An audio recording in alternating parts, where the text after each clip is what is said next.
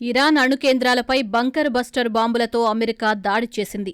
వాటిని తీవ్రంగా దెబ్బతీసింది. అయితే ఇరాన్ వద్ద 60% వరకు శుద్ధి చేసిన 400 కిలోల యురేనియం ఎక్కడ ఉందనే విషయం ఇంకా తెలియరాలేదు.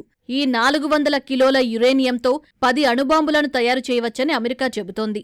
అణుబాంబును తయారు చేయాలంటే ఈ యురేనియంను 90% శుద్ధి చేయాల్సి ఉంటుంది. ఇజ్రాయెల్, అమెరికా తమ అణుకేంద్రాలపై దాడి చేయకముందే ఈ 400 కిలోల యురేనియంను, ఇతర పరికరాలను ఇరాన్ వేరే చోటుకు తరలించిందనే వాదన వినిపిస్తోంది.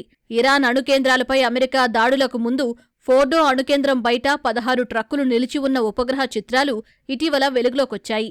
అమెరికాకు చెందిన మాక్సర్ టెక్నాలజీస్ జూన్ 19న ఈ ప్రదేశంలో 16 ట్రక్కుల కదలికలను గుర్తించింది. ఒక పర్వతంలో లోపల ఈ ఫోర్డో అణుకేంద్రాన్ని ఇరాన్ నిర్మించింది. ఇజ్రాయెల్ దాడుల్లో ఇది పూర్తి స్థాయిలో దెబ్బతినలేదు.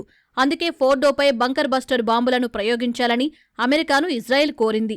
అమెరికా దాడుల తర్వాత ఇక్కడ భారీ విధ్వంసం జరిగినట్లు ఉపగ్రహ చిత్రాల బట్టి తెలుస్తోంది. అంతకంటే ముందే 400 కిలోల యురేనియంను ఇరాన్ వేరే చోటుకు తరలించిందని భావిస్తున్నారు.